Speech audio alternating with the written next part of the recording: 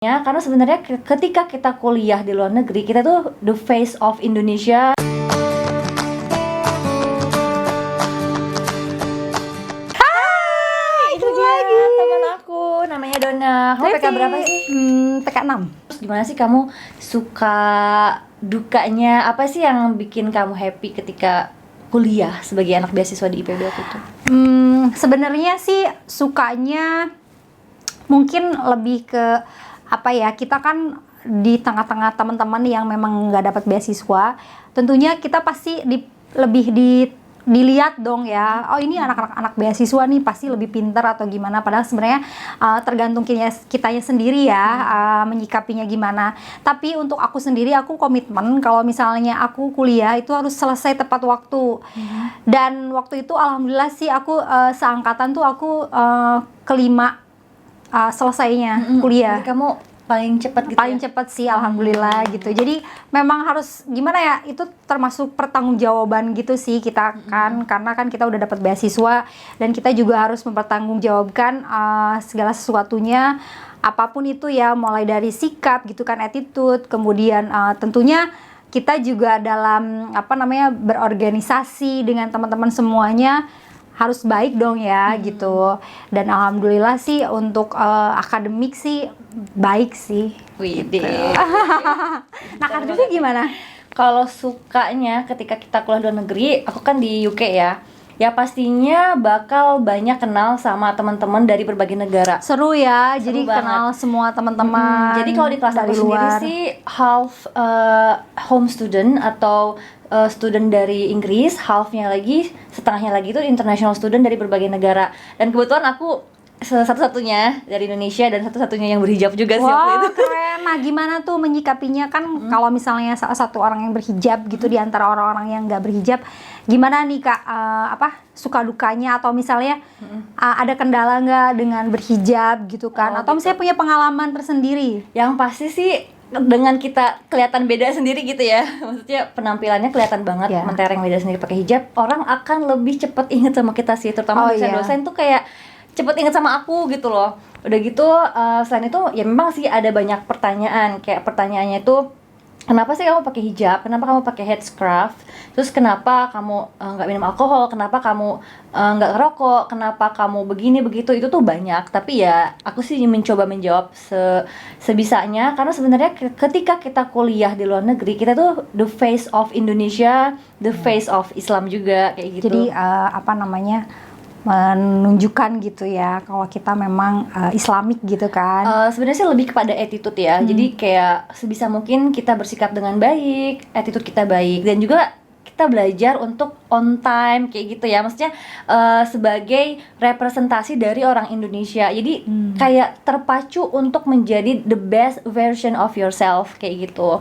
Terus juga otomatis ya bahasa Inggris juga akan terimprove karena kan kita get connected sama locals, terus dosen-dosen kita dari sana.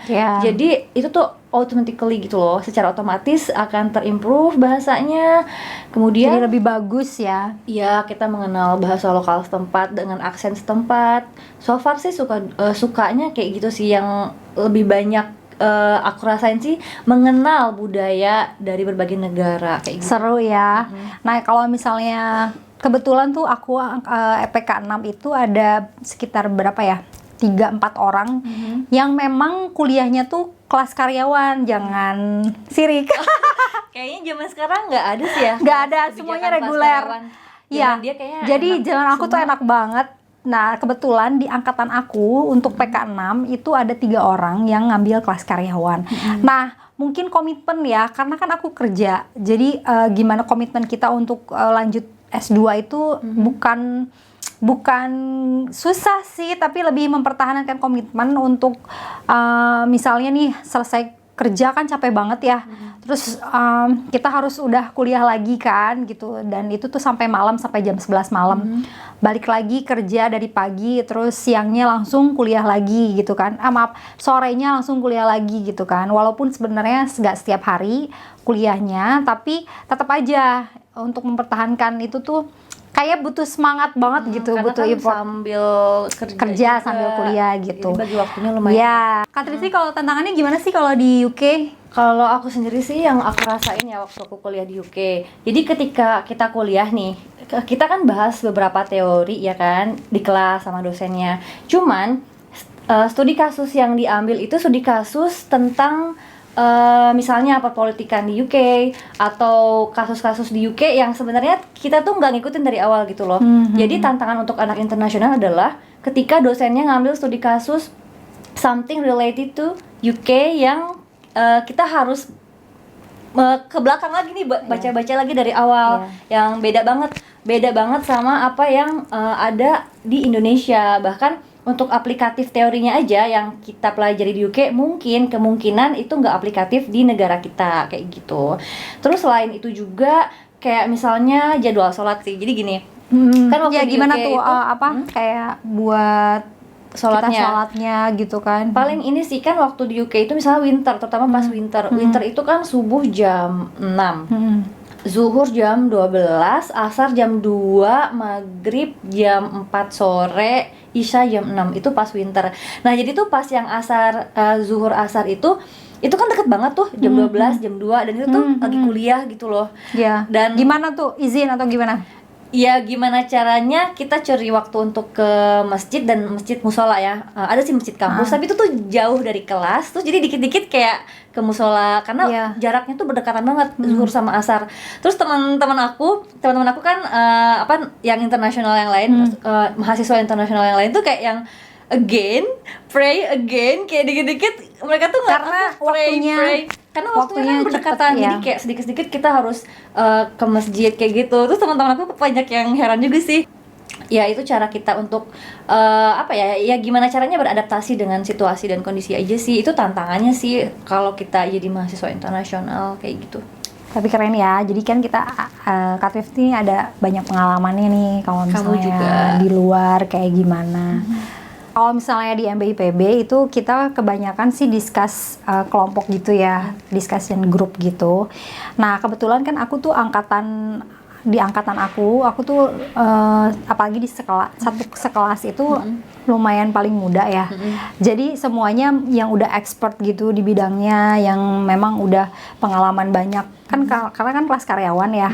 Jadi udah udah senior lah ya.